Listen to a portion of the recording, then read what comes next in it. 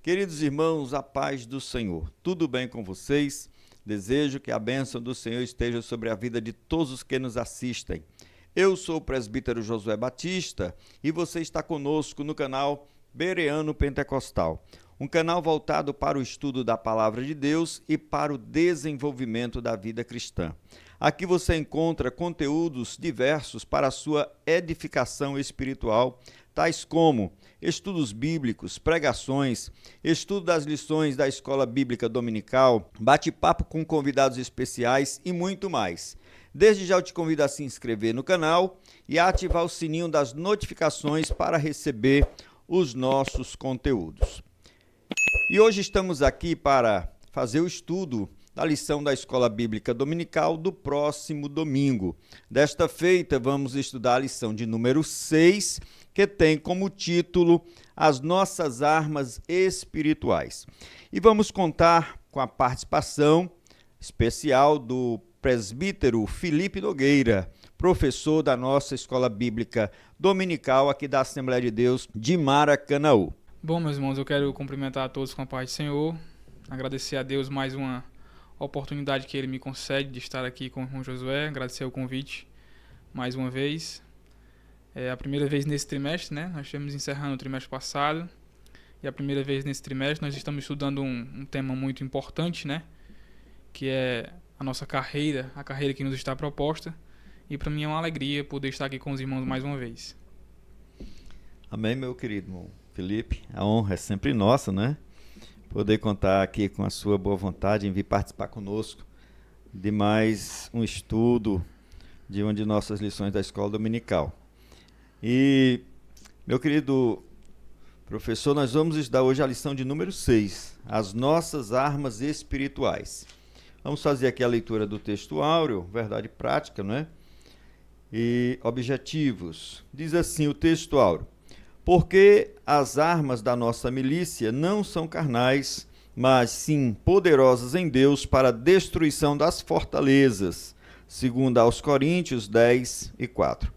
Bom, Felipe, pode ler a verdade prática, por favor? Diante da batalha espiritual, temos poderosas armas espirituais à nossa disposição: a palavra de Deus, a oração e o jejum. Muito bem, vamos agora para a leitura dos objetivos da nossa lição, que são os seguintes. O primeiro, enfatizar o sentido que as armas do crente recebem nas Escrituras. 2, esclarecer a respeito das 3 principais armas espirituais do crente. E terceiro, mostrar Jesus Cristo como nosso maior modelo de quem usou as armas espirituais. A leitura bíblica em classe encontra-se em Lucas, capítulo 4, versículos 1 a 4, versículos 16 até o 20. A introdução, gente, ela vai nos dizer que na lição anterior nós estudamos sobre os inimigos do cristão. Eu até falei, Felipe, que faltou assim alguma arremate, né? Falando sobre como vencer os inimigos. Mas é claro que o autor fez isso em 2 lições. Ele apresentou aqui para nós, nesta lição seguinte, na lição de número 6, as armas, né, com as quais nós podemos vencer os nossos inimigos, que lá na lição anterior nós aprendemos que são 3 também, né? Que são o diabo, a carne e o mundo. E aqui ele vai nos apresentar 3 armas para que nós possamos também sair vitoriosos nesta peleja, nesta batalha espiritual. Lembrando que as nossas armas não são carnais, porque, como disse Paulo, nós não lutamos contra a carne, nem contra o sangue, mas sim contra forças espirituais. E ele vai nos apresentar 3 armas, que são a palavra de Deus, a oração e o jejum. Felipe, eu quero te confessar que eu pensava, né, que ele ia falar da armadura do cristão. Quando eu vi o título assim, superficialmente, olhando, né, só por cima, eu pensava que ele ia tratar da armadura de Deus, né? Efésios 6. E nos surpreendeu um pouco, porque ele trouxe uma outra abordagem, né? Verdade. Também válida, muito válida, e que aqui, através dos argumentos que ele apresenta, vão realmente nos fazer entender que estas são armas muito valiosas na nossa peleja. E aí eu quero pedir a você que também faça a sua introdução ao assunto, para que depois a gente passe ao estudo dos pontos. Eu também confesso ao senhor que quando eu li o tema da lição, eu achei também que ele iria para Efésios 6. Mas eu acredito que é porque Efésios 6 vai trabalhar a questão da armadura, né? E ali, é claro que tem a arma no sentido de falar sobre a espada, mas tem toda uma questão de defesa, né, da armadura também. E o intuito da aula de hoje é falar realmente sobre armas no sentido de ataque, né? De ataque contra o inimigo. Na aula passada, nós vimos sobre os inimigos, né, que nós enfrentamos. O diabo, a carne e o mundo. Foi ministrado aqui pelo nosso amigo Luiz, né? Que é eu sou suspeito para falar do Luiz, eu gosto bastante das aulas dele. Então, e hoje nós vamos falar sobre essas armas que nós temos. É interessante a gente observar que a vida cristã, o chamado ao cristianismo, ele não é um chamado a um parque de diversão. Quando nós aceitamos a Jesus, Jesus não está nos chamando para passearmos na terra. O chamado ao cristianismo é um chamado a uma luta, a uma guerra. O próprio Cristo disse que inúmeras vezes que no mundo nós teríamos aflições. Falou isso para os apóstolos. Paulo trata a nossa caminhada, como uma guerra. Ele fala inclusive da armadura lá em Efésios 6. E Paulo encerra a vida dele falando que tinha combatido o bom combate. Então a vida cristã, ela é uma guerra, ela é uma luta. Infelizmente, muitas pessoas têm pintado um quadro de que a vida cristã, depois que você aceitar Jesus, tudo vai melhorar, tudo vai mudar. Se você aceitar Jesus, a sua vida vai melhorar. É muito comum a gente escutar essas afirmações, né? E quando a gente olha para as Escrituras, nós vemos que isso não é bem verdade, né? Pelo contrário, Jesus disse que há uma grande possibilidade da nossa vida se tornar ainda mais difícil, né? Então essa é a realidade do cristão. E nós precisamos entender que se temos inimigos, Deus não nos deixou desamparados, Ele nos deu armas, né? Que é o que nós vamos falar nesse momento. O que eu tenho observado, irmão Josué, é que infelizmente nós somos a geração que mais tem acesso à informação, mais tem acesso à palavra de Deus, né? Hoje você tem vários tipos de versões. Versão antiga, versão atualizada, todo tipo de versão você tem. Cursos online para você fazer, às vezes até gratuito, né? Mas se isso é verdade por um lado, por outro também nós temos a verdade de que parece que nós somos a geração que menos dá valor à leitura da palavra, que menos dá valor à oração, que menos dá valor ao jejum. Eu estive recentemente em uma igreja, há uns 2 meses atrás, ministrando uma aula, e eu fiz uma pergunta sem esperar aquela resposta que eu tive. A aula falava um pouco sobre a Bíblia, a palavra de Deus, e eu perguntei aos irmãos, e eu disse, eu tenho certeza que os irmãos aqui leem a Bíblia. Eu disse aos irmãos. E a maioria dos irmãos olharam para mim sem nenhuma vergonha e fizeram assim. Assinaram com o dedo, dizendo que não liam a Bíblia.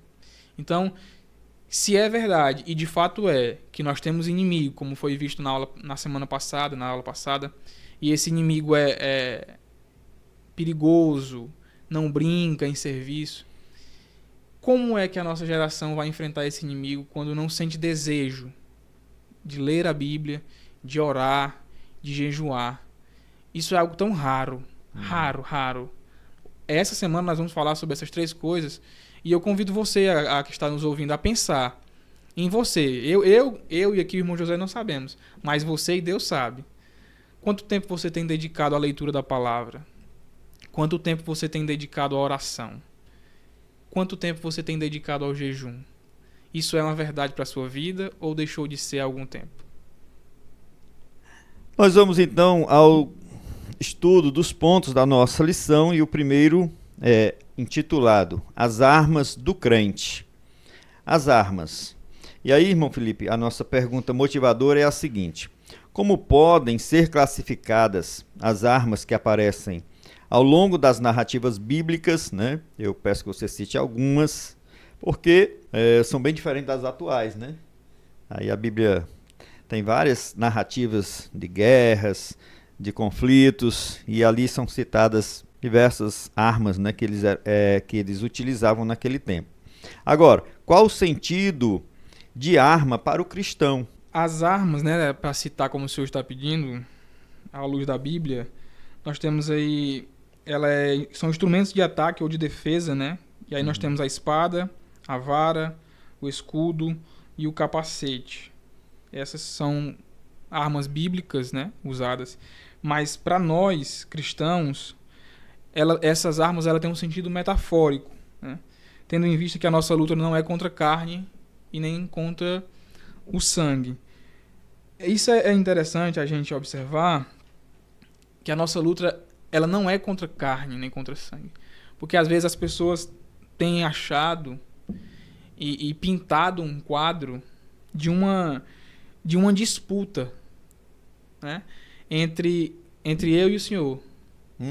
Que a nossa caminhada nessa terra cristã, nós estamos caminhando lado a lado, mas disputando para ver quem vai chegar ao céu primeiro, né?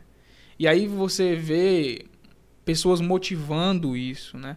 Através de hinos, através de pregações. As pessoas às vezes até incentivam essa competição. E isso eu acredito que seja uma armadilha, um plano do nosso próprio inimigo, né? Esse primeiro ponto, de certo modo, ele vai tratar muito a questão de Satanás novamente, né, nos próximos 2 pontos.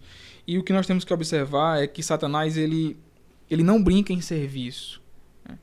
Ele tem uma artilharia, ele tem um poder, a Bíblia fala sobre isso, e ele não brinca em serviço. Quando a gente olha para a Bíblia e a gente vê a atuação dele, nós vemos, por exemplo, que ele derrubou Davi, ele atacou Davi na fraqueza carnal de Davi, né? Nós vemos que ele atacou Judas na sua ganância. Nós vemos que ele atacou Pedro na sua autoconfiança. Quando Pedro achava que estava bem, sólido, e Cristo chega para ele e diz: Pedro, Satanás pediu para peneirar vocês, e eu orei para que o Pai guardasse. Então, ele não brinca em combate. E às vezes nós cristãos tendemos a achar que a nossa caminhada nessa terra passa por essa disputa. Eu participei de um culto uma vez, estava em um culto e foi dada a oportunidade para um pregador pregar, e ele começou a pregar sobre vários tipos de cobra que a Bíblia cita, né?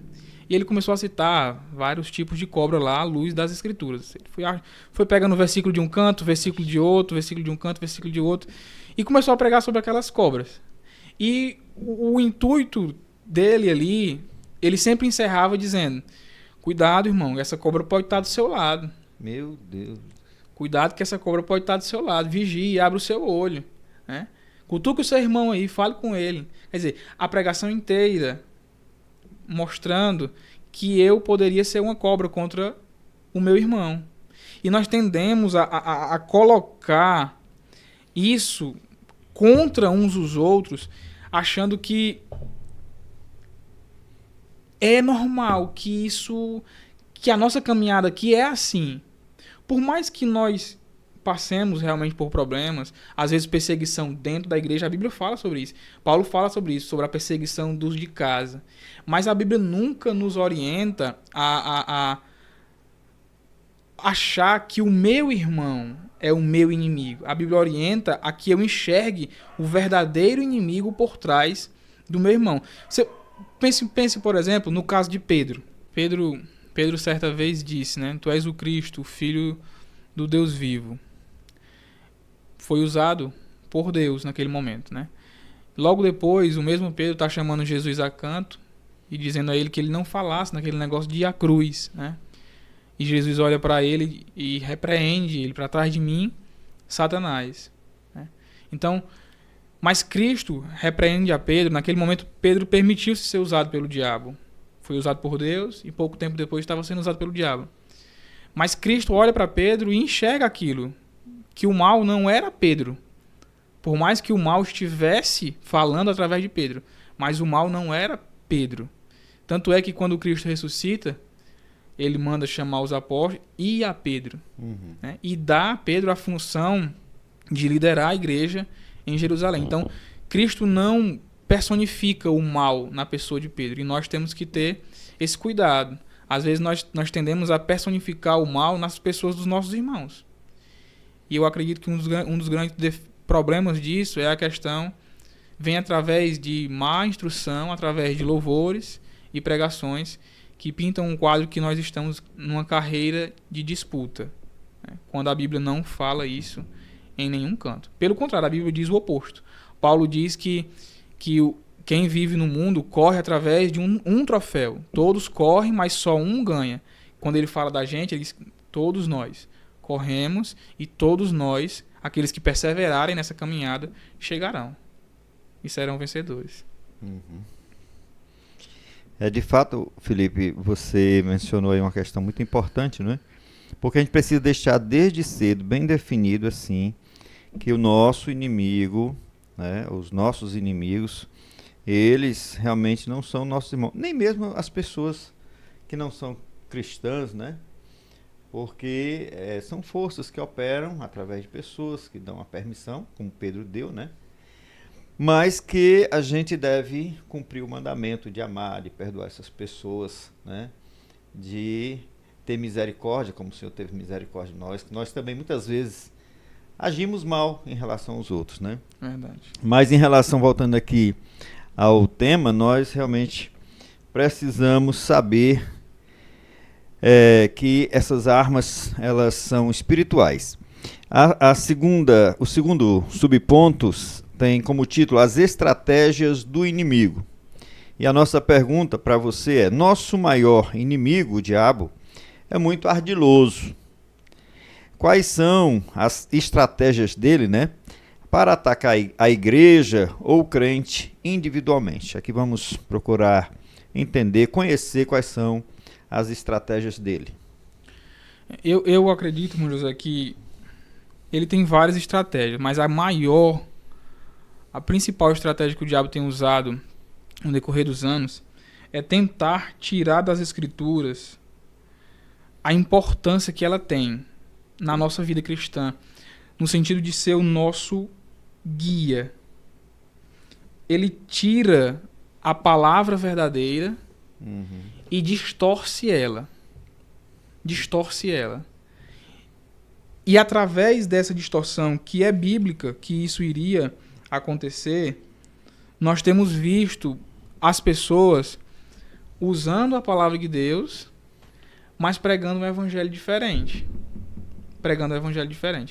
E nós precisamos ter muito cuidado com isso, né? A Bíblia vai nos informar, Paulo escrevendo a sua segunda carta aos Coríntios, ele diz que iam surgir muitos falsos profetas no meio da igreja, e ele diz assim: não é de se admirar, porque o próprio Satanás se transforma em anjo de luz, se ele quiser. E nós temos visto no decorrer dessa caminhada que o diabo tem feito isso. Ele pega a palavra, as pessoas usam a palavra e distorcem ela. Isso é uma estratégia dele. Uma grande estratégia dele. E aí você tem exemplos.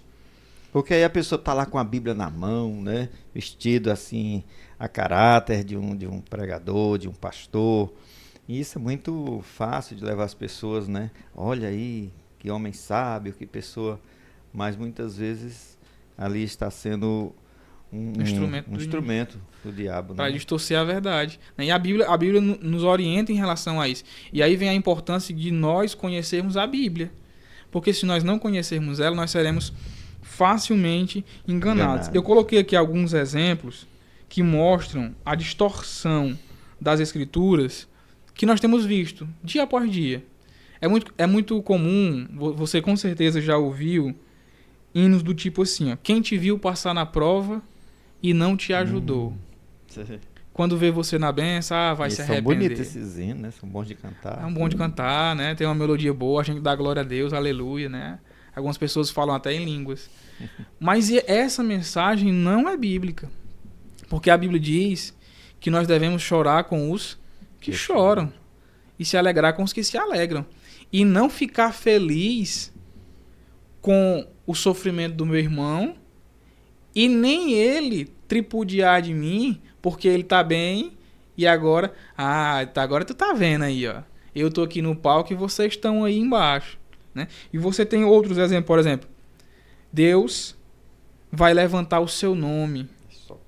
Deus vai soprar o seu nome. Está surgindo aí um novo vencedor.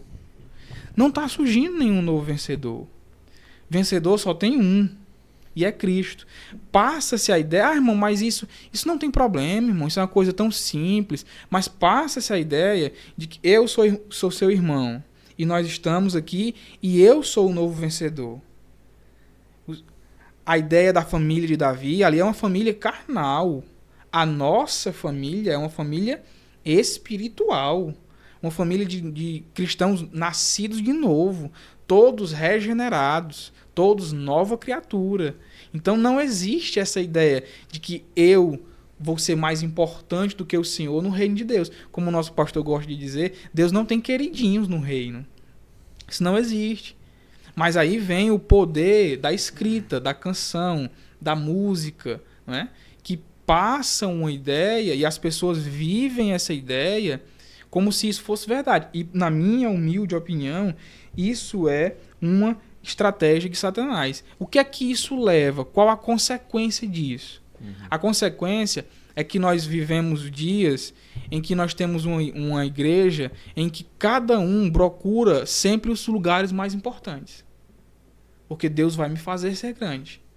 Deus vai me colocar no lugar mais alto. Ao invés de honrar uns aos outros. Ao invés de nós honrar, que é o conselho bíblico, que a gente honre uns aos outros, que a gente tenha o outro sempre em estima maior do que a nossa. Esse é o conselho bíblico. E aí nós vemos nós dia a dia, a igreja, os irmãos sempre buscando serem o mais importante, serem os mais vistos, serem os mais convidados, né? E aí você tem detalhes, por exemplo, hoje é raro você convidar alguém para pregar na sua congregação e o irmão não cobrar para pregar a palavra de Deus.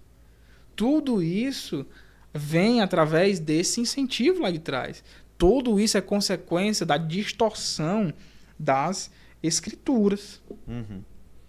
E para mim essa é a grande estratégia de Satanás. Ele pega a Bíblia, distorce ela, e as pessoas acham que estão vivendo o evangelho quando na realidade estão longe dele. São estratégias, o irmão Felipe falou apenas de algumas, né? E realmente assim, há muitas outras, né? Ele, como a gente diz, ele é ardiloso, ele é cheio de ardis e realmente ele procura ludibriar as pessoas, enganar, né? Buscar altas posições, né? O comentarista diz aqui, né? Como você está dizendo aí, enfraquecer a fé do crente. Muito bem. Precisamos ficar alertas, né, Felipe? Alertas. Falando desses hinos aí, dessas canções, eu tenho observado que nas igrejas, né, pelo menos aqui de Maracanaú, as pessoas têm evitado mais essas canções, né? Graças a Deus. Pelo menos assim, que eu observo nos cultos. É claro que ainda precisa fazer um filtro maior na nossa hinologia, né? Tem que realmente revisar estas canções que são cantadas em nossos cultos, mas graças a Deus tem diminuído, né? É claro que continua tocando nas rádios, porque faz sucesso, né? Continua aí sendo ouvido bastante, mas pelo menos nos momentos de adoração tem diminuído.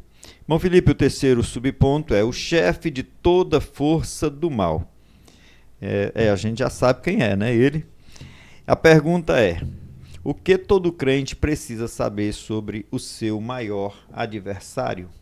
Eu acredito que a principal coisa que nós cristãos devemos saber sobre ele é que ele não brinca em serviço. E ele tem poder. Tendo em vista algumas coisas que nós falamos aqui, já sobre ele nesse primeiro ponto, se por um lado nós temos um grupo de pessoas, cristãos, que estão negligenciando no treinamento com as suas armas, podemos dizer assim, né? O treinamento com a palavra, o treinamento com a oração, o treinamento com o jejum, o diabo não negligencia. Pedro escrevendo a sua primeira epístola, ele diz que o diabo ele está ao nosso derredor, rugindo como um leão, buscando a quem ele possa atacar. Então Satanás ele está sempre a nos observar.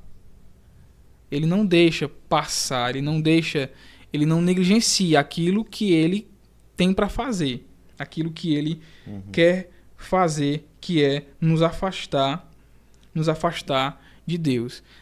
Olhando para isso, para que ele tem poder, eu acredito que nós precisamos ter cuidado com dois extremos.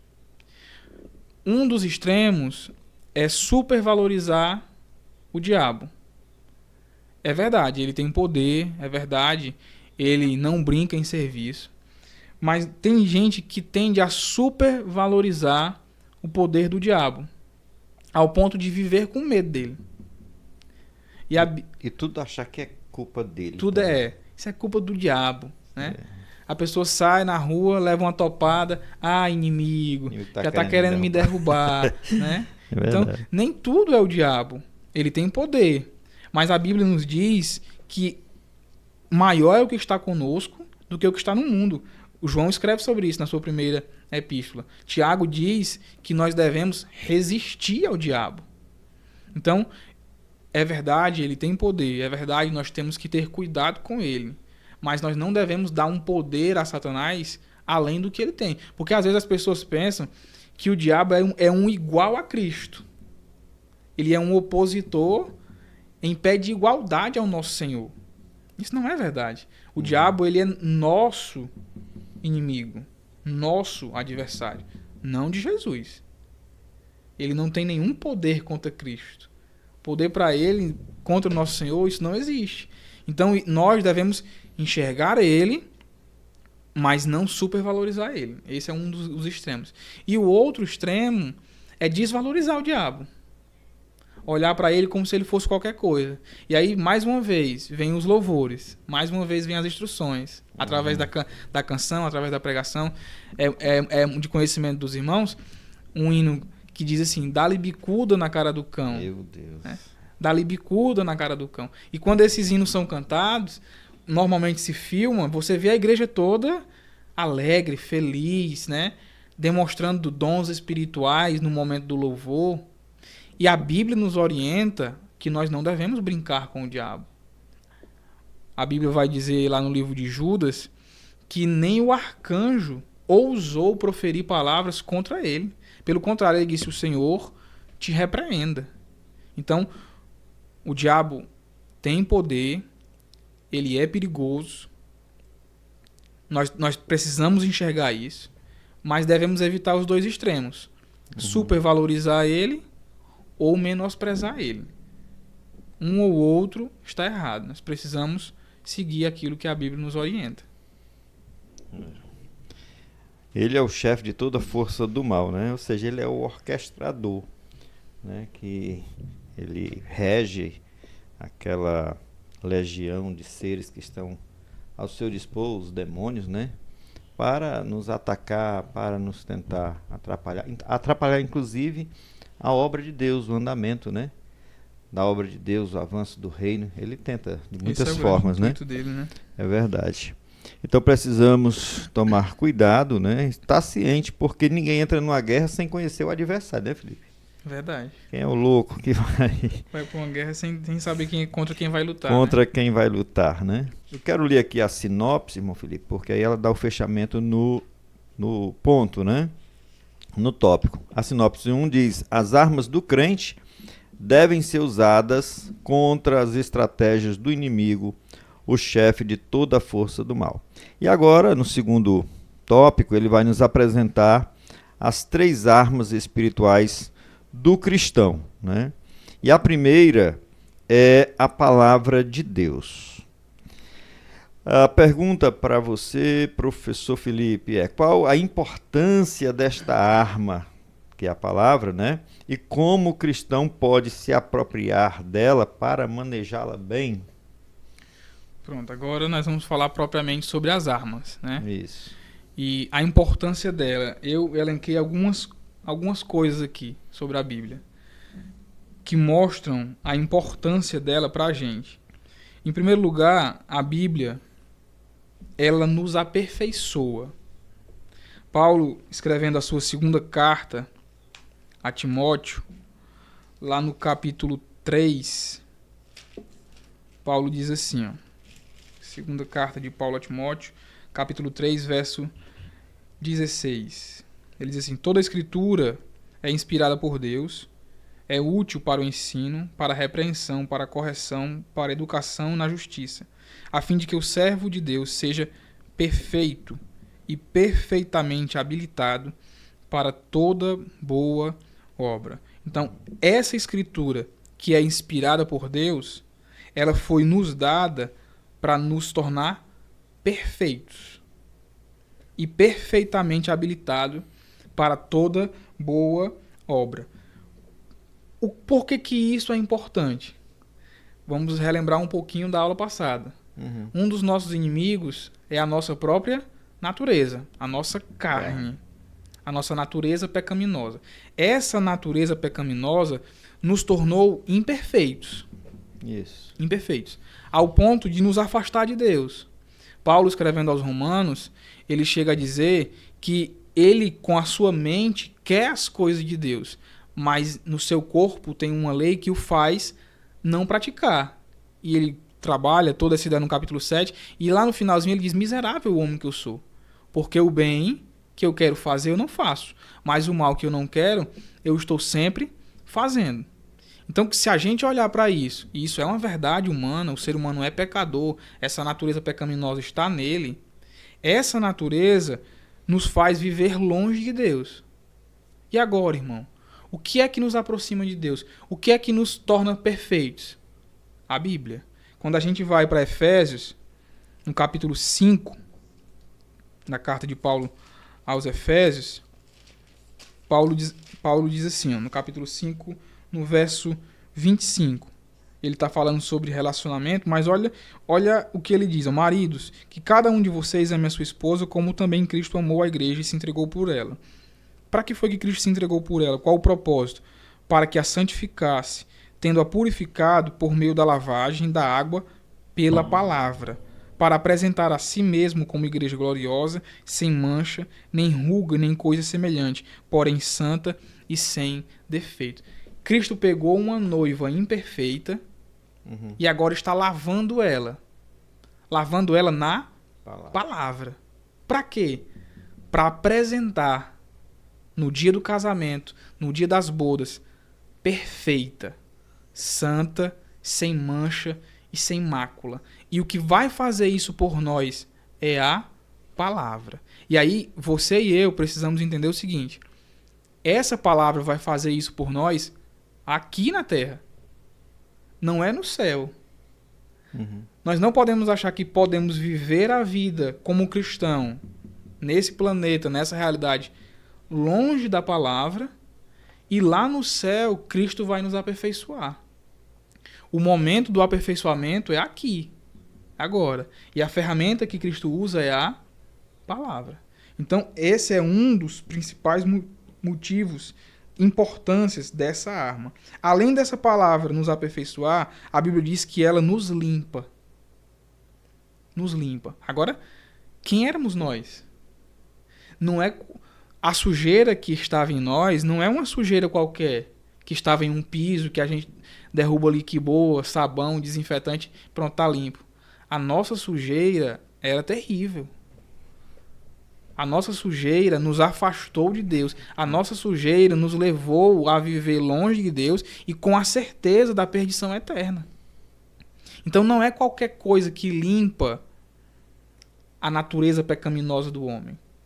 O que limpa o homem é a palavra.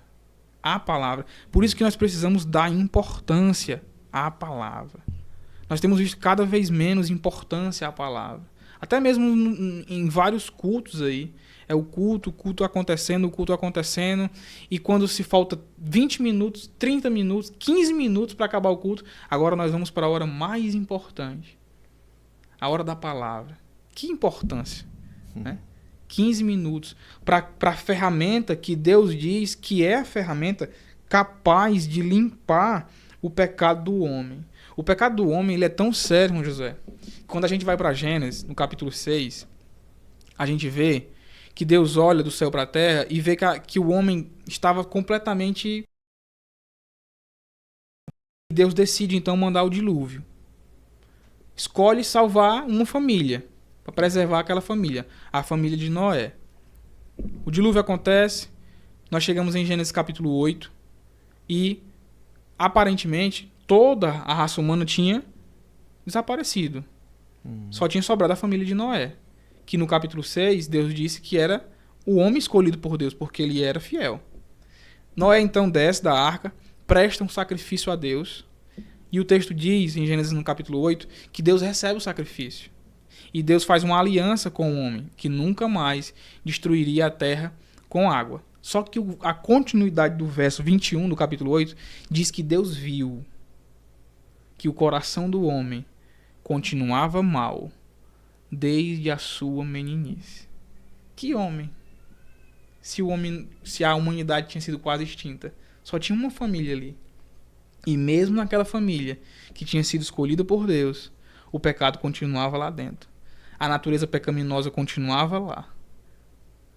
E a única coisa que nos limpa, que nos liberta dessa natureza pecaminosa é a lavagem pela palavra. Outra coisa importante da palavra é que a Bíblia diz que é a palavra que nos traz fé. Paulo escrevendo aos Romanos, no capítulo 10, ele diz que a fé vem pelo ouvir, e o ouvir a palavra de Deus. Por que isso é importante? O homem afastou-se de Deus, mas Deus tinha um plano de salvação desde toda a eternidade. E aí Deus escolheu um meio para salvar o homem. Um meio. Eu sempre gosto de usar essa ilustração. Paulo escrevendo aos Efésios, lá no capítulo 2, ele diz que pela graça sois salvos, mediante a fé. E isso não vem de vós, é dom de Deus. Não vem das obras para que ninguém se glorie. Eu gosto sempre de pensar o seguinte: existe um caminho, nós já falamos sobre isso aqui nessa aula. Nesse trimestre, né? Existe um caminho para a salvação. Um caminho, o outro leva à perdição. Existe um caminho que leva à salvação, o caminho estreito. E Deus escolheu um meio de transporte para nos levar por esse caminho. E esse meio de transporte se chama fé. Fé. O caminho é a graça. O meio de transporte é a fé. E só vai chegar à vida eterna quem estiver no caminho e dentro do transporte da fé. E esse transporte só chega a mim e a você através da palavra. Além da fé ser esse meio de transporte, a fé ainda é o nosso escudo. Se a palavra é a minha ferramenta de ataque contra os meus inimigos, essa mesma palavra me proporciona a fé, que é o meu escudo contra o contra-ataque do nosso inimigo. Tá certo? E aí nós poderíamos dizer, eu falei 3 coisas sobre a palavra: que ela nos traz fé, que ela nos limpa e que ela nos aperfeiçoa. E a Bíblia ainda nos diz que ela nos santifica, que ela é luz para o nosso caminho. E além disso, essa foi a ferramenta que Cristo usou contra o próprio diabo, quando ele veio tentar ele. Cristo podia simplesmente ter dito assim, ó: sai daqui, rapaz, não quero nem conversa contigo. Quem foi que permitiu que tu chegasse perto de mim? Podia, não podia? Isso. Ele é o Senhor de toda a terra e todo o universo. Mas não, Cristo venceu Satanás apenas conhecendo a palavra. Citando a palavra. Acho tão interessante a expressão está escrito, né? A gente precisa ter mais esse conhecimento bíblico.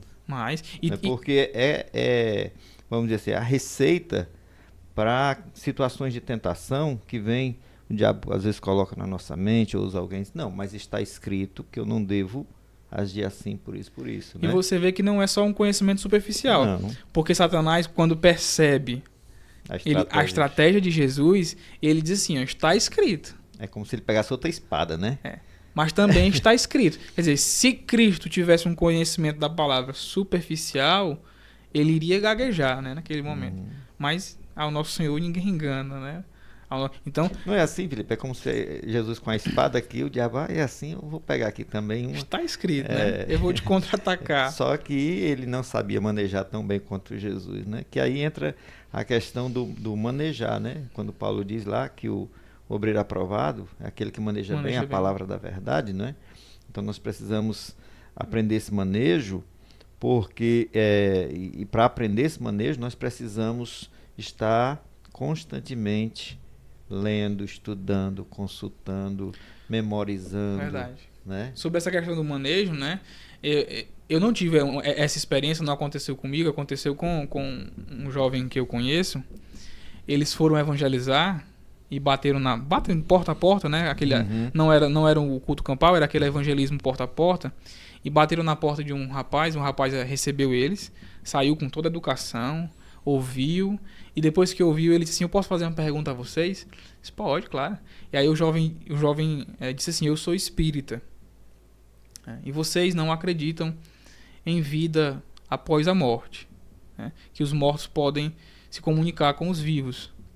Então eu gostaria que vocês me explicassem o texto lá da Bíblia de vocês, da transfiguração, em que Cristo conversa com Moisés e com Elias. Como é que vocês me explicam isso? Porque vocês podem dizer que Elias não morreu, por isso ele conversou com Elias. Mas e Moisés? Que a própria Bíblia diz que o meu servo Moisés é morto. Então, como é que vocês me explicam isso? Aí vem a questão de você manejar bem as escrituras, né? E infelizmente aqueles jovens não estavam preparados e não souberam responder. E saíram dali sem dar resposta para aquele jovem, né? Então é realmente muito importante a gente... Corre até um risco de ficar embaraçado também, né? A pessoa, se ela não souber esse manejo, não tiver esse manejo, porque ela vai ficar com a dúvida no coração, né? Rapaz, sabe que ele tem razão. Conversou mesmo, né? Jesus conversou mesmo, né? Quando a resposta está no próprio texto, né? A resposta está no próprio texto. A Bíblia diz que o nosso Senhor, quando passou por aquele processo ali, a primeira coisa que Jesus faz é transfigurar-se. Ele sai dessa realidade material, física, e passa para outra realidade. Por isso Jesus conversou com eles. Então, se isso acontecer lá com... Eu não sei como é que é a reunião deles. Se isso não acontecer, se for na realidade física, isso é impossível. É o que a Bíblia nos ensina, né? É verdade. Mas só uma coisa aqui, Felipe, sobre a palavra como arma, né? E a Bíblia, eu acho que tem duas referências da palavra, pelo menos assim que eu estou lembrando, né? Da palavra como arma, que é quando lá no texto de Efésios, capítulo 6, ele diz, né? Versículo 17, aliás, capítulo 6, aí no versículo 17, né? Tomai também a espada do Espírito, que é a palavra de Deus, né? E lá em Hebreus, capítulo 4, versículo 12, né, diz que a palavra de Deus é viva e eficaz, mais penetrante que espada alguma de dois gumes, né? É interessante aí nesse texto, que às vezes a gente cita assim, mas esse texto ele está mostrando que a palavra tem um poder de nos sondar de uma forma tão profunda, né, que é como uma espada penetrando em nós mesmos. Porque a palavra não vai só para lá, ela vem também. De dois gumes, né? Então ela nos penetra também. E no versículo seguinte ele vai dizer assim: e não há criatura alguma encoberta diante dele, ante todas as coisas estão nuas e patentes aos olhos daquele com quem temos de tratar. Então aqui está falando, né, desse poder de sondagem profunda que a palavra de Deus tem em nós. Porque ela expõe o nosso mal, o nosso pecado, né? Ela realmente nos faz reconhecer a dimensão, né, da nossa fraqueza, do nosso estado pecaminoso. Verdade. Bom, Felipe, muita coisa, dá para falar mais coisas ainda, né? Eu sei que o irmão tem muito mais argumentos, muito mais fundamentos aí para trazer, mas nós precisamos avançar e o segundo subponto é a oração. É a segunda arma que o nosso comentarista vai apresentar. E a pergunta é: uma das disciplinas espirituais mais poderosas na guerra contra o reino do mal é a oração, que, infelizmente, tem sido negligenciada, né, por muitos crentes nos dias atuais. E o que as Escrituras nos ensinam a respeito da oração? O que nós precisamos saber a respeito desta arma desta ferramenta?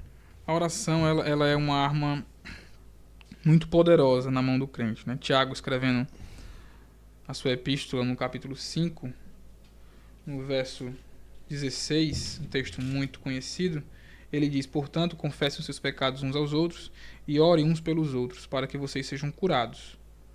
Muito pode, por sua eficácia, a súplica de um justo. Né? Ou seja, a nossa oração, ela tem muito poder. Muito poder.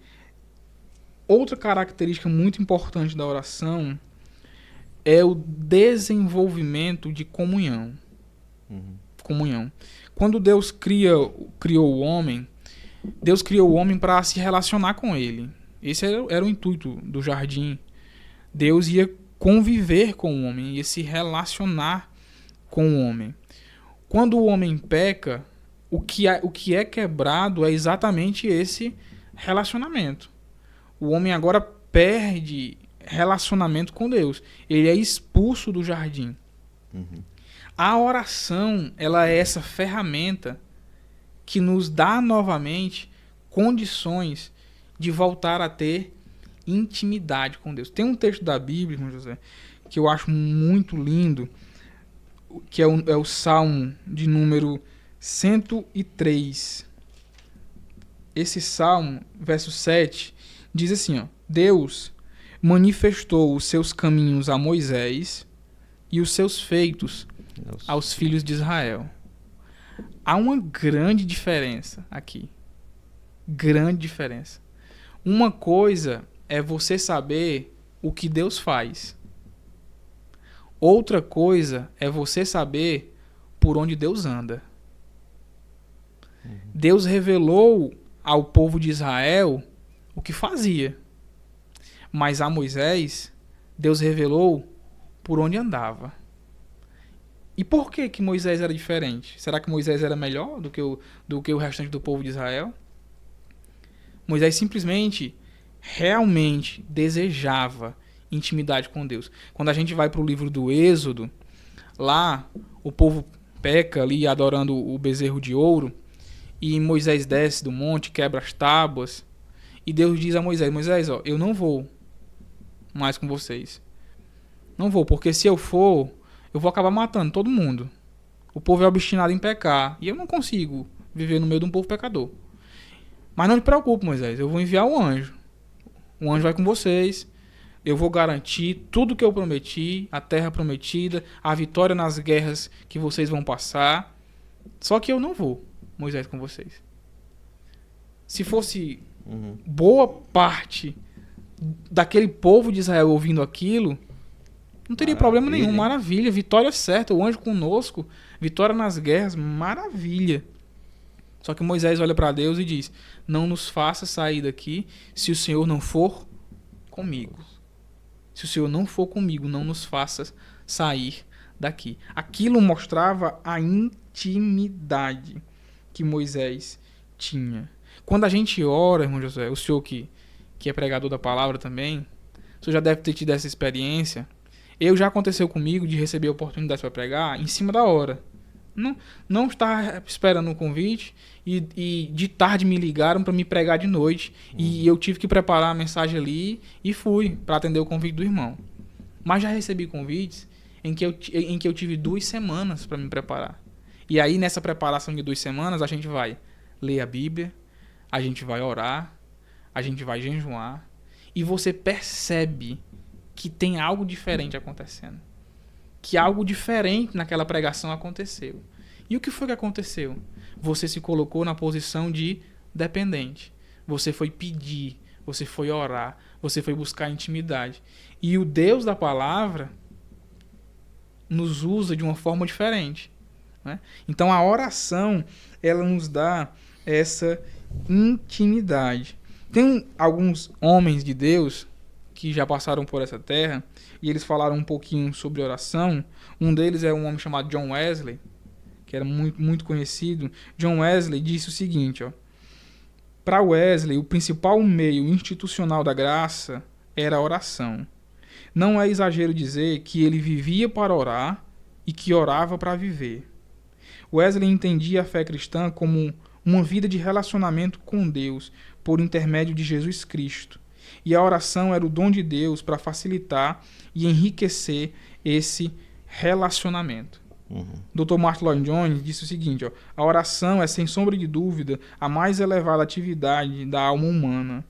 O homem se encontra no seu melhor e mais elevado estado quando está de joelhos face a face com Deus. Agora vamos pensar um pouquinho. Se a oração nos dá intimidade, a oração nos dá intimidade. E Cristo disse que voltaria para nos levar para morar com Ele.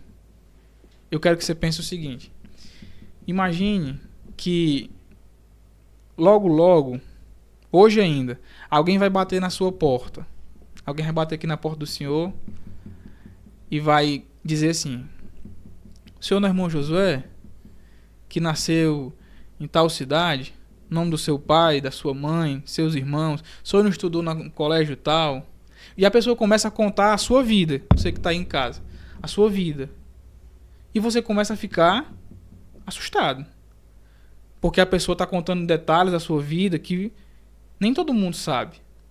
E aí aquilo começa a incomodar você e você diz assim: rapaz, me diga logo o que é que você quer, porque eu estou ficando até assustado com essa conversa. E a pessoa olha para o senhor e diz assim: eu vim morar com o senhor. Qual será a resposta do senhor? Aqui não. Sai fora, né? Aqui não. Por que o senhor não recebe essa pessoa? Porque o senhor não a conhece, o senhor não tem intimidade. Por mais que ela conheça o senhor, contou a sua história, mas o senhor não a conhece. Tem muita gente esperando viver com Jesus na casa dele sem conhecer ele. Conhecendo a história dele.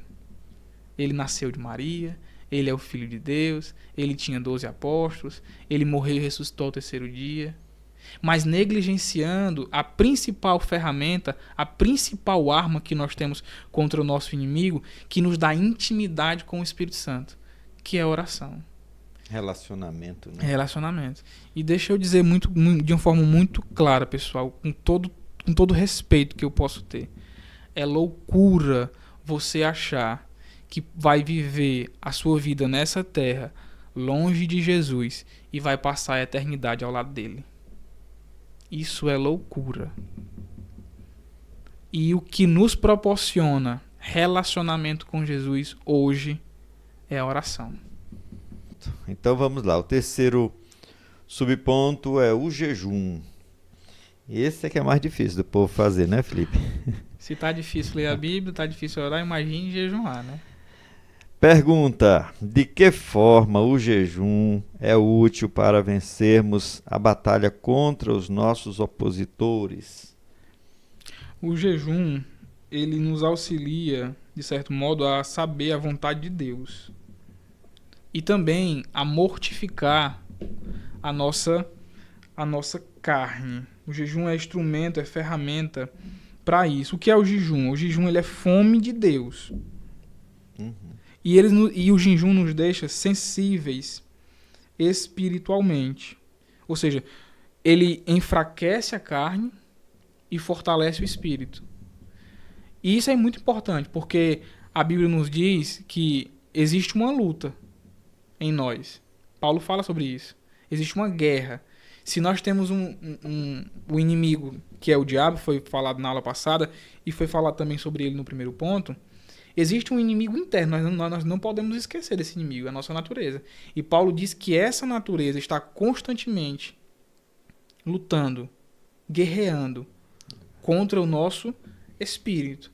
E o jejum é ferramenta que fortifica o espírito. O jejum, ele é uma arma clara contra os demônios. Lá em Mateus, no capítulo 17, a Bíblia vai nos relatar a história de um pai que tinha um filho endemoniado. E ele chega até Jesus clamando, pedindo para que Jesus socorresse ele. E aquele pai olha para Jesus e diz assim: eu já levei ele aos teus discípulos e eles não conseguiram expulsar os demônios. Aí Jesus olha para eles: ó, geração incrédula, até quando ficarei convosco, né? Aí Jesus diz: tragam-me o menino, né? Jesus ora por ele e a Bíblia diz que aquele demônio, aquela legião, sai. Aqueles demônios saem da vida daquela criança. Quando saem, os discípulos chegam para Jesus e dizem assim: por que nós oramos e nada aconteceu? E o Senhor orou e aconteceu, o demônio saiu. A resposta de Jesus é: tem demônios que só saem com jejum e oração. Mas esta casta, né? E aí, ou seja, por que eles não expulsaram o demônio? A resposta de Jesus é: porque eles não jejuavam. E isso é fato. Porque a Bíblia também nos mostra, em Mateus capítulo 9, que os discípulos de João chegaram para Jesus e disseram: por que os teus discípulos não jejuam? Nós jejuamos. Os fariseus jejuam. Por que eles não jejuam? Então, os discípulos de Jesus, enquanto Cristo estava na terra, não jejuavam. E até a oração era complicado. Quando Jesus chamava para orar, eles dormiam. Até a oração era complicada, não é? Quando Jesus chamava para orar, eles dormiam na vigília. Então, o jejum é ferramenta que nos capacita a enfrentar o nosso inimigo primário, podemos dizer assim, Satanás, de forma verdadeira, honesta. Que a gente consiga vencer. Nós temos outro exemplo dentro da Bíblia, lá em Atos, se eu não me engano, capítulo 19. A Bíblia vai dizer que um grupo de judeus, 7 filhos de um sumo sacerdote chamado Seva, foram expulsar, eram exorcistas e foram expulsar um demônio. E eles chegaram para aquele homem que estava possuído e disseram: nós ordenamos que tu saia dele em nome de Jesus a quem Paulo prega. E o demônio olha para eles e diz: eu sei quem é Jesus, sei quem é Paulo, mas vocês quem são? Então você vê que aqueles jovens não tinham uma vida de oração, uma vida de comunhão com Deus e uma vida de jejum. E por não terem essa vida, o texto diz que o demônio se lançou sobre eles, deu um magote de peia tão grande que eles saíram correndo nu no meio da cidade. Então o jejum, ele é importante, ele é ferramenta, é arma, né, que é o propósito da nossa aula, para enfrentar o nosso inimigo, que é Satanás.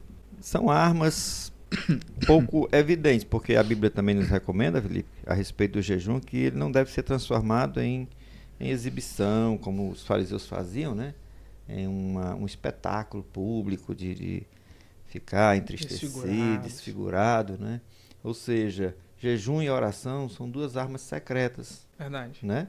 Porque o diabo, aliás, as pessoas não vão ver você. A Bíblia nos diz que a gente deve entrar no secreto, no nosso quarto, né?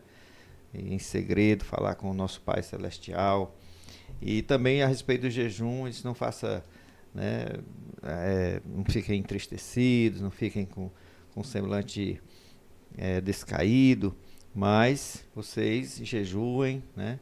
E o vosso Pai dará recompensa. Então, são coisas secretas, mas que nos trazem realmente assim poder para que possamos vencer o inimigo. Agora tem que ter cuidado só assim, né, Felipe? De a pessoa não se achar, que aí já é um fracasso, né? Achar que em si o jejum tem o poder e achar, porque eu jejum mais, e se orgulhar e se engrandecer, e com isto, né, perder o efeito, né? Porque o jejum ele visa nos quebrantar, a oração também, a gente se humilhar perante o Senhor, e não para que a gente venha se achar mais santo, mais especial do que os outros. E aí a gente precisa ter realmente esse cuidado, irmão José, porque eu acredito assim, quanto mais próximos nós estamos de Jesus, mais nós enxergamos as nossas falhas. Sim. E se de fato eu enxergo quem eu sou, não existe espaço para mim me orgulhar. Por mais que eu ore muito e que eu jejue muito. Mas se eu sei quem eu sou, se a luz de Cristo está diariamente me mostrando o homem falho que eu sou, a oração e o jejum não vão me ensoberbecer. Verdade. Né? Vão apenas... ferramentas, são meios que mostram a minha dependência dele. Eu preciso orar porque eu dependo dele. Eu preciso jejuar porque eu dependo dele. Por que você depende dele? Porque eu sou miserável. Porque eu sou pecador. eu dependo dele para tudo. O próprio Cristo disse, sem mim, nada vocês podem fazer. E quando Jesus diz nada, é nada. Nem acordar amanhã, a gente não pode sem ele, né? Então, quando, infelizmente, isso é uma realidade, quando algum crente ora muito, jejua muito, e se sente mais santo do que o outro, na verdade ele está mostrando que ele está muito longe de Deus. Muito. Ele ora muito, ele jejua muito. Ele pode até ter dons espirituais, mas não vai morar com ele no céu, não tem comunhão com ele. Jesus diz assim lá em Mateus capítulo 7, Senhor, em teu nome eu profetizei, eu expulsei demônios, eu orei, aconteceu milagres, prodígios e maravilhas. O camarada desse é cheio de dons espirituais, né? Orava e o demônio era expulso, orava e acontecia maravilhas. Mas Jesus diz, apartai-vos de mim, vós que praticais a iniquidade, porque eu não vos conheço. Tinham dons, buscavam os dons, mas não conheciam Jesus. Oravam, mas oravam com a intenção errada, né? Oravam buscando coisas importantes. Os dons espirituais são importantes, mas sem comunhão não é suficiente. Felipe, dessas 3 armas, assim, todas elas, a gente precisa se apropriar delas com um certo esforço, com a graça, pedindo a graça de Deus para que a gente possa, né, se dedicar, por exemplo, mais à leitura da palavra, a gente possa ter mais disposição para orar. Eu até digo assim, quanto menos eu oro, menos vontade eu tenho de orar. Quanto mais eu oro, mais vontade eu tenho de orar, né? Então é assim, a gente precisa. Mas o jejum tem um desafio extra, né? Que eu considero. Porque a pessoa, ela vai ter que renunciar, assim, a uma das coisas que são mais desejadas por todos, que é o alimento, né? Que, aliás, não só desejado, é necessário, né? Então a pessoa precisa abrir mão realmente do alimento, do café da manhã, às vezes do almoço, dependendo do tempo que a pessoa vai dedicar, né? Aquela abstinência. Então, assim, o jejum tem esse desafio a mais, né? É verdade. E por isso que ele é o menos praticado também. Muito bem, irmão Felipe. A sinopse do segundo ponto, do segundo tópico, diz: as 3 armas espirituais que o cristão tem à sua disposição são a palavra de Deus, o jejum e a oração. Meus irmãos estão gostando, espero que os irmãos estejam aprendendo, né? Que esteja sendo bastante útil para vocês. Se é assim, desde já eu te peço para que deixe aí o seu like, que o irmão comente, que o irmão compartilhe esse conteúdo e assim você estará apoiando este trabalho que estamos fazendo aqui para a sua edificação, tá certo? E para a glória de Deus. Meu querido professor, nós vamos prosseguindo para o terceiro e último ponto, que tem como título Jesus Cristo, o nosso maior modelo. Jesus nunca mandou a gente fazer nada que ele não tenha feito, né, Felipe? É verdade. Por isso que ele é o maior exemplo, o maior modelo. E o primeiro subponto é vencendo o diabo com a palavra. Pergunta: ninguém em sã consciência vai para uma guerra sem uma arma ofensiva, nem mesmo Jesus, né? De que forma Jesus usou a arma da palavra em seu ministério e no enfrentamento direto ao diabo? Você já falou aqui né, sobre isto, e eu espero aí que o irmão complemente, traga mais subsídios. Cristo, quando esteve aqui na Terra, ele escolheu atuar do jeito que atuou. Nós vemos que quando Jesus vai iniciar o seu ministério, ali no batismo lá no Jordão, por João Batista, acontece algumas coisas com ele que era de propósito para que a gente entendesse como a gente deveria caminhar na nossa caminhada. Cristo é batizado em águas, o Pai fala e o Espírito Santo o enche. Tanto que nós vamos ver em Lucas no capítulo 4, logo no versículo 1, Lucas tem esse cuidado de dizer assim: e cheio do Espírito Santo, Cristo foi levado ao deserto para ser tentado pelo diabo. Cristo não foi ao deserto de qualquer jeito. Primeiro ele foi cheio do Espírito Santo. Então, nós vemos que a caminhada de Cristo na Terra, ele caminhou aqui na dependência do Pai e do Espírito Santo. Não que ele precisasse em si daquilo, mas para nos dar o exemplo, para que a gente entendesse que a nossa caminhada na Terra é impossível fora da dependência do Pai, do Filho e do Espírito Santo. Ele usou a palavra como arma para atacar Satanás. Quando a gente lê Isaías, capítulo 42, eu quero ler alguns textos bem rapidinho, que mostram Cristo usando a palavra para atacar Satanás. Nós éramos escravos do diabo, escravos do pecado. Cristo vem para nos libertar dessa escravidão. Aí, como o senhor fez na pergunta, né? Cristo estava vindo para uma guerra, para uma luta. E ele traz a sua arma. E a arma que Cristo escolhe é a palavra de Deus. Lá em Isaías capítulo 42, versos 6 e 7, a Bíblia diz assim: Eu sou o Senhor, chamei você em justiça, o tomei pela mão, o guardarei e farei de você mediador de uma nova aliança com o povo e luz para os gentios, para abrir os olhos do cego, para tirar da prisão os cativos e do cárcere os que estão em trevas. É como se Deus estivesse falando com o Filho, o Pai falando com o Filho. Lá em João capítulo 8, versículo 32 diz: E conhecereis a verdade, e a verdade vos libertará. Agora, o que é a verdade? João 17 diz: A tua palavra é a verdade. Então, quando a gente conhece a verdade nos liberta. E a verdade é a palavra. Cristo veio para esse enfrentamento com a palavra de Deus, para nos libertar. E começou a pregar. Começou a anunciar. Né? Tanto é que os discípulos, em determinado momento, diziam: Rapaz, come um pouquinho, né? Você tem uma comida para comer que vocês não conhecem.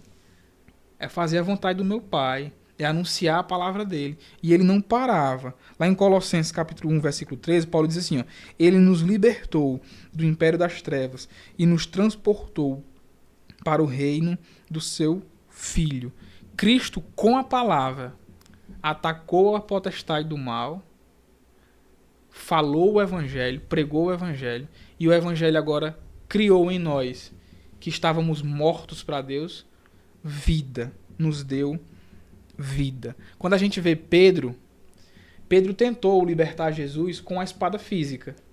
Né? Quando vieram prender Jesus, ele se lançou para cima do soldado ali, tentando proteger Jesus com a espada física. Mas fracassou, falhou, não conseguiu proteger Jesus. Mas quando Pedro é cheio do Espírito Santo, lá em Atos capítulo 2, e usa a palavra do Espírito, ele liberta em um só dia quase 3.000 almas do poder do inimigo. A palavra, ela é tão poderosa, irmão Josué, como o senhor já leu o texto lá de Hebreus, que ela é capaz de mudar o homem por si só. Por si só. Quando a gente pega os locais mais perigosos que possam existir aqui no nosso município, ou na nossa cidade, no nosso estado, o governo tenta de todo jeito transformar aquelas pessoas. Ressocializar elas, né? Tornar elas cidadãos de bem novamente. Usam ferramentas de todo jeito. Nada surte efeito. Você pega a Bíblia e só ela transforma o homem. Sem haver necessidade nem de alguém falando sobre ela. Nós temos exemplos de grandes homens de Deus que foram transformados simplesmente por ler a Bíblia. Verdade. Martinho Lutero, lendo Romanos 1, verso 17.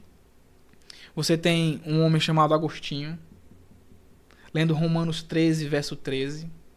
Simplesmente em ler a Bíblia, foi transformado. A vida deles foram mudadas. Agostinho era um promíscuo, um devasso.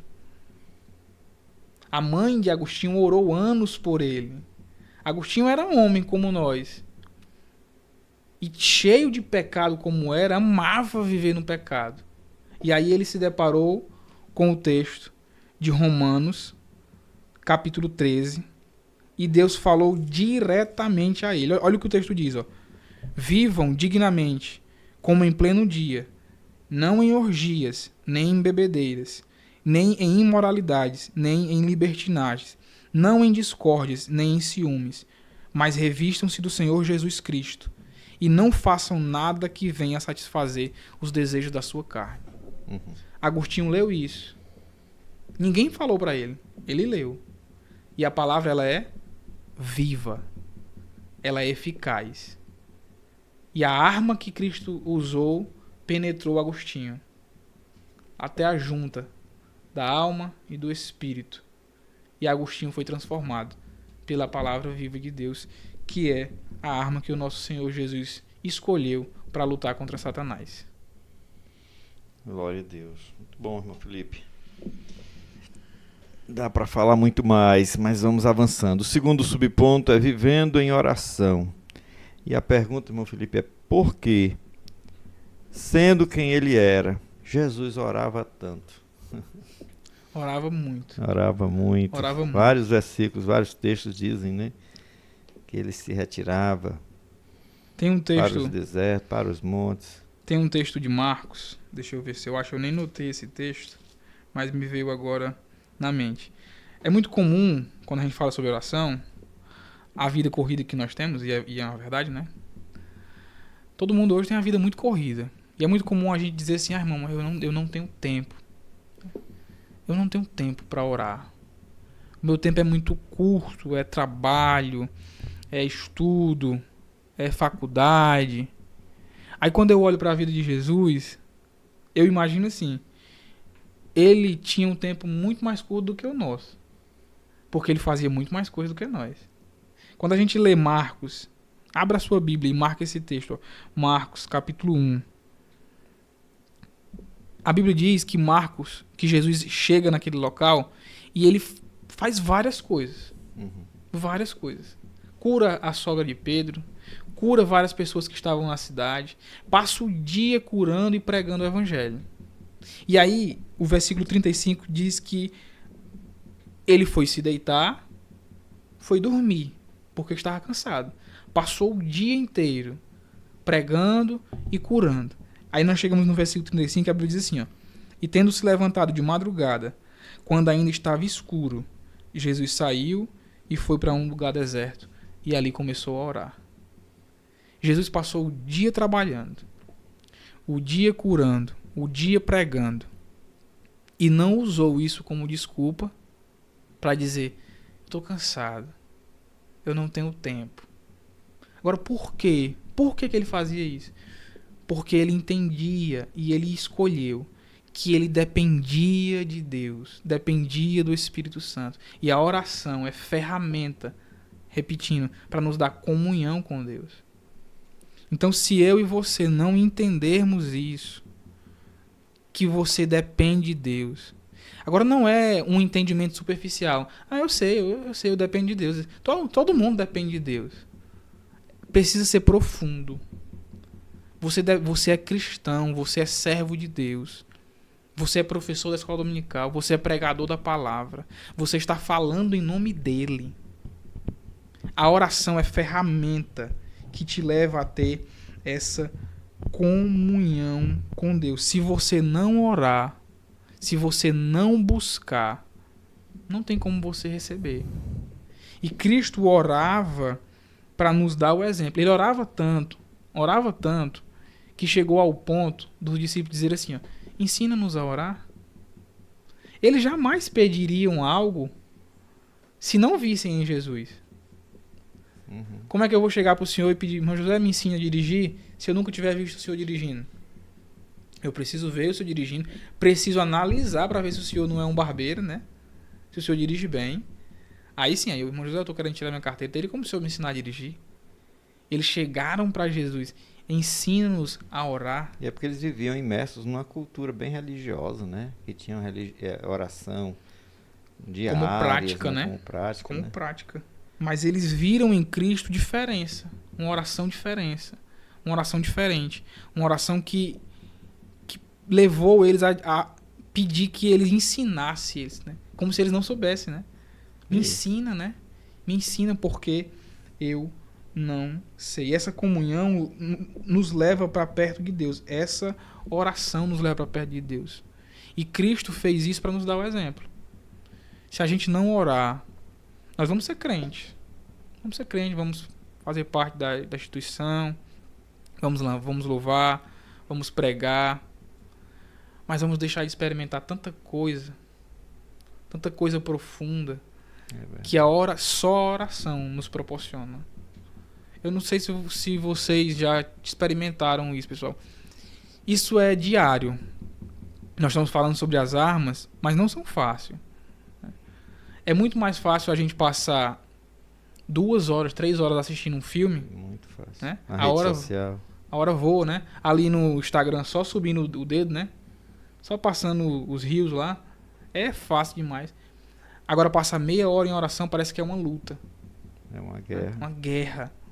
E, de fato, é uma guerra. Aí é onde você e eu precisamos entender. Está acontecendo uma guerra. Naquele momento que você propõe-se a orar, uma guerra se inicia lá dentro. A sua natureza não vai querer. Só que se você criar esse hábito, comece orando pouco. Né? Comece orando pouco. Crie o hábito de ler a Bíblia todos os dias. Crie o hábito de orar todos os dias. Nem que seja pouco. E você vai ver que 5 minutos vão virar 10, 10 vão virar 20, 20 vai virar 40 e 40 vai virar 1 hora. E você vai ansiar, você não vai ver a hora de que aquele momento chegue para você se encontrar com o teu Senhor. Felipe, Jesus orava tanto que orou até por nós, né? Até por nós, lá em João 17. Pois é, quando ele ora ali, a oração sacerdotal, está intercedendo pelos discípulos, ele inclui os que iriam crer nele, né? Verdade. Ao longo de todas as eras, aí estamos eu e você, o André, é uma maravilha, não é? Tem muitos, a Bíblia relata várias orações de Jesus, né? A oração dele ali em frente ao túmulo de Lázaro, né? Ele ora ao Pai antes de chamar Lázaro, né? Ele ora, ele ensina os discípulos a orar. Aquela oração ali é é claro que a gente não deve estar repetindo, né, a oração como uma coisa decorada, aquela oração do Pai Nosso, mas é uma oração que serve de modelo. Ali ele ensina como chamar a quem orar, né? Ao Pai, né? O Pai é nosso, não é meu, né? O Pai é nosso. Tem tantas coisas boas ali para a gente aprender, né? Dentro daquela oração modelo. A oração dele no Getsemane também é fantástica, né? Porque ele ali mostra uma entrega total ao Pai, à vontade do Pai, né? Não que ele estivesse contra a vontade do Pai, mas ainda assim ele faz aquela declaração, né? E ele marcha para a cruz totalmente fortalecido, né? Resoluto. Então, quando a gente ora, a gente vence as batalhas que estão ao nosso redor, né? Muitas vezes, quando a gente está passando por problemas, a gente é tentado a desistir, a desanimar, a não ver Deus naquela situação. E quando a gente cai em prantos, né, diante do Senhor, então muitas vezes nós somos fortalecidos e a gente se levanta e o inimigo até nem entende, né? Alguém até nem entende, rapaz, estava tão abatido, estava tão desanimado, e aí agora está aí forte, né? Porque nós somos fortalecidos pelo Senhor através da oração, como Jesus foi, como ele nos deu esse exemplo, né? E por último, vivendo em jejum, além de praticar, né, além de meditar na palavra e perseverar em oração, Jesus também jejuava. O que o seu exemplo a esse respeito tem a nos dizer sobre o valor do jejum, já para a gente finalizar, né, o nosso estudo tão maravilhoso. O senhor falou há pouco tempo atrás, né, que quanto mais o senhor orava, mais tinha vontade de orar, e quanto menos orava, menos tinha vontade de orar. Eu acredito realmente assim, tanto para o bem como para o mal. Quando a gente começa a focar naquilo que é espiritual, a gente começa a ler a Bíblia. Eu vou contar por mim, meu próprio exemplo, né? Eu crente desde os 8 anos de idade, mas só era meu hobby, era o meu meio de amizade. Os meus amigos estavam ali. Eu cresci ali. Me casei. E um dia a gente estava em um culto. E lá, não foi um culto normal, foi um culto diferente. O Espírito Santo veio e transformou vidas ali, naquele dia. E o que foi que aconteceu com a gente? Eu comecei a sentir vontade de ler a Bíblia. Comecei a sentir vontade de ler. Nunca tive vontade de ler a Bíblia. Comecei a sentir vontade de ler a Bíblia. A Bíblia me levou a ter vontade de orar. E a oração me levou à vontade de jejuar. Então virou um ciclo do bem. Com certeza. Um ciclo do bem.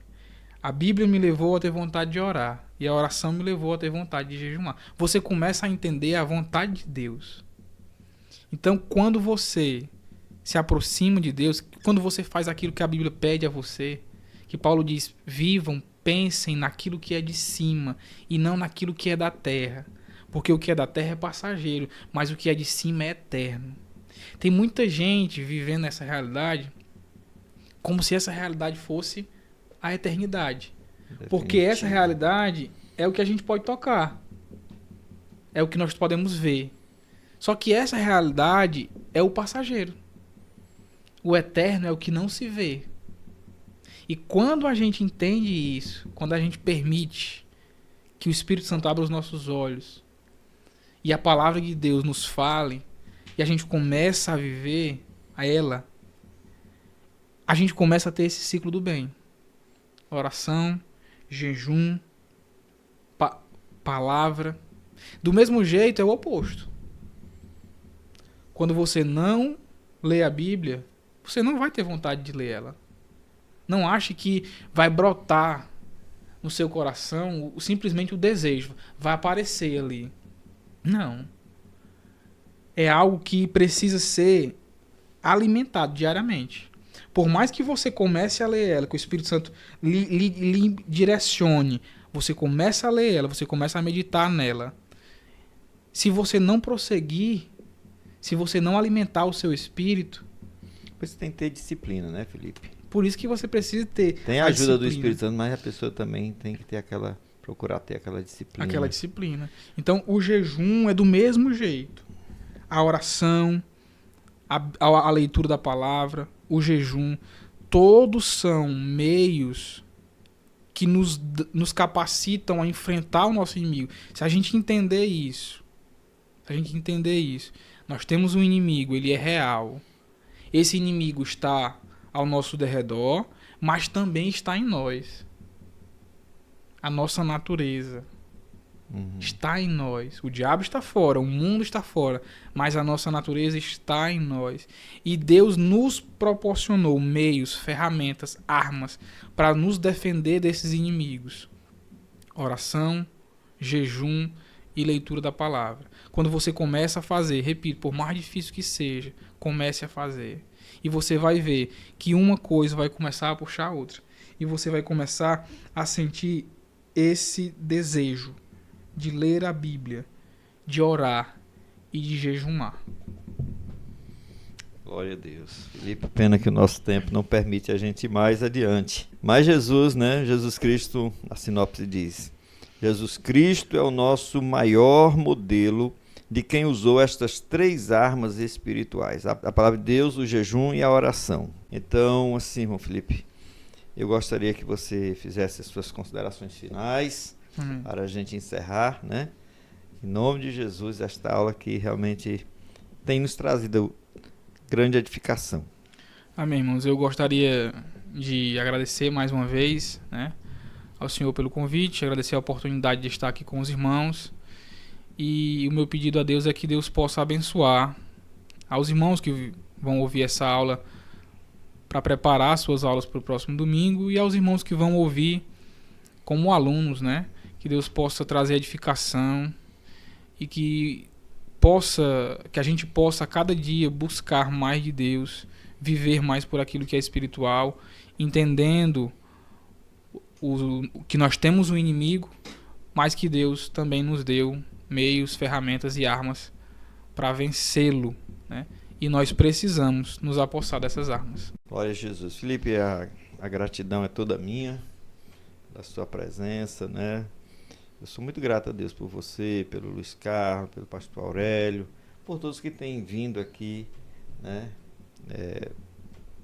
A cada vez que a gente convida e dado essa contribuição, e a gente assim tem sido também edificado, certo? Muito obrigado, o Senhor te recompense, né?